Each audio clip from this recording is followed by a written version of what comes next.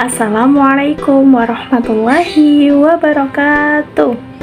Selamat pagi anak-anak, bagaimana kabar hari ini? Semoga kita semua dalam keadaan sehat walafiat dan siap untuk belajar. Nah, anak-anak, hari ini kita akan belajar materi ilmu pengetahuan alam subtema 1 tentang keragaman makhluk hidup dengan KD 3.3 menganalisis hewan dan tumbuhan langka yang ada di Indonesia. Lalu KD 3.4 menjelaskan upaya pencegah kepunahan hewan dan tumbuhan langka yang ada di Indonesia.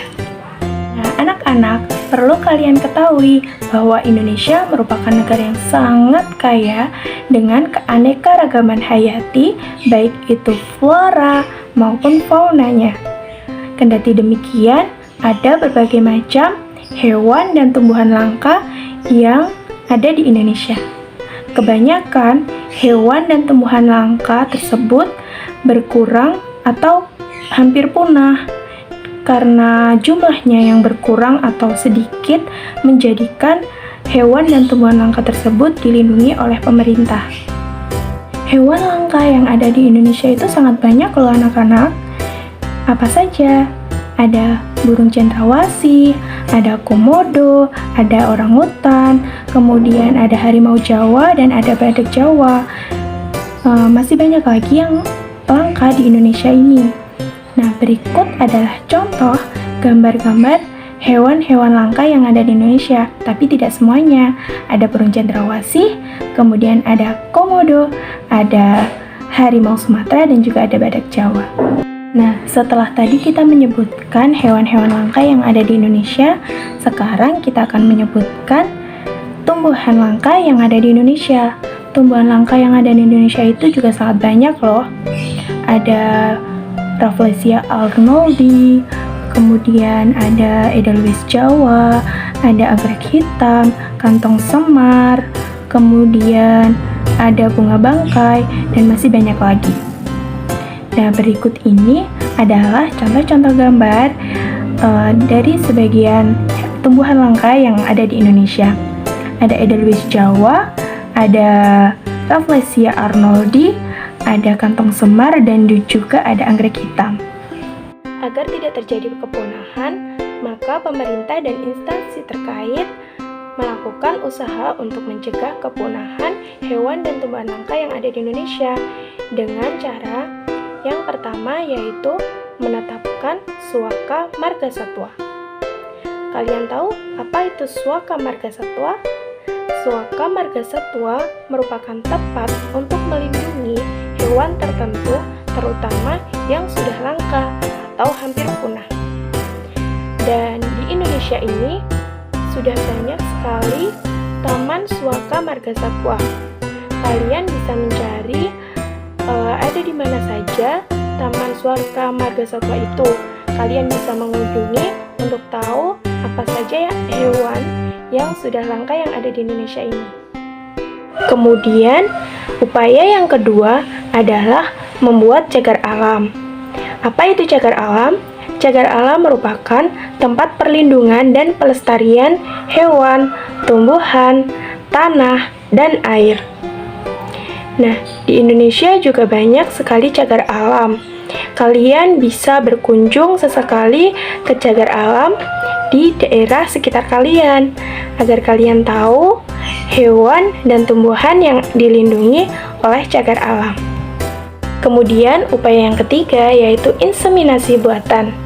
Inseminasi buatan adalah perkembangbiakan pada hewan dengan cara menyuntikkan benih hewan jantan ke hewan betina. Inseminasi buatan biasanya dilakukan pada hewan mamalia tertentu yang di alam bebas jumlahnya sudah semakin sedikit. Inseminasi buatan tidak bisa dilakukan oleh sembarang orang loh, karena inseminasi buatan hanya bisa dilakukan oleh dokter hewan di lembaga pelestarian, misalnya di kebun binatang. Kemudian, upaya yang keempat yaitu membuat hutan lindung sebagai tempat untuk melindungi air, daerah resapan air karena di hutan dengan tumbuhan yang menutupinya, jika terjadi hujan, maka air akan tertahan dan diserap oleh tanah. Lalu, upaya yang kelima, yaitu kultur jaringan. Apa itu kultur jaringan? Apakah ada yang tahu apa itu kultur jaringan? Oke. Kultur jaringan adalah perkembangbiakan tumbuhan dengan cara memperbanyak sel tumbuh atau jaringan menjadi tumbuhan baru. Media tempat menumbuhkan sel tumbuh atau jaringan dikenal dengan media agar-agar yang telah ditambahkan beberapa unsur hara yang diperlukan oleh tumbuhan. Berikut adalah contoh dari kultur jaringan. Nah, ini ada proses-proses kultur jaringan dan juga ada contoh kultur jaringan pada tumbuhan tebu. Nah, anak-anak, upaya yang keenam atau upaya yang terakhir yaitu berpartisipasi dalam pelestarian makhluk hidup.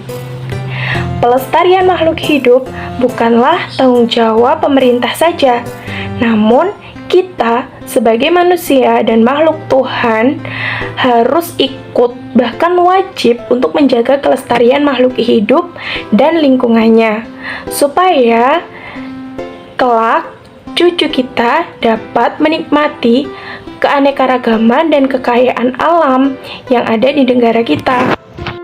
Nah, kesimpulan pada materi kita hari ini adalah Indonesia merupakan negara yang sangat kaya akan keindahan alamnya. Selain itu, juga sangat terkenal dengan keanekaragaman hayati, baik flora maupun faunanya. Namun, seiring berkembangnya zaman, hewan dan tumbuhan menjadi langka atau jumlahnya menjadi terbatas, sehingga pemerintah harus mengupayakan untuk melindungi berbagai macam flora dan fauna yang sudah hampir punah. Untuk melindungi flora dan fauna yang langka yang dimiliki oleh negara Indonesia adalah tanggung jawab yang besar bagi pemerintah dan juga masyarakat yang ada di negara Indonesia, termasuk kita semua sebagai makhluk Tuhan yang harus mencintai lingkungan sekitar kita. Dengan upaya menetapkan suaka marga satwa, membuat cagar alam, membuat inseminasi buatan, membuat hutan lindung, kultur jaringan, dan juga salah satunya adalah ikut berpartisipasi dalam pelestarian makhluk hidup. Anak-anak, mulai saat ini kita harus ikut serta dalam berpartisipasi mencegah kepunahan hewan dan tumbuhan langka yang ada di negara Indonesia. Baik anak-anak, materi kita hari ini cukup sampai di sini karena waktunya sudah habis. Jadi kita akhiri. Apabila ada salah kata dari ibu, mohon dimaafkan. Akhirul kalam, wassalamualaikum warahmatullahi wabarakatuh. Sampai jumpa.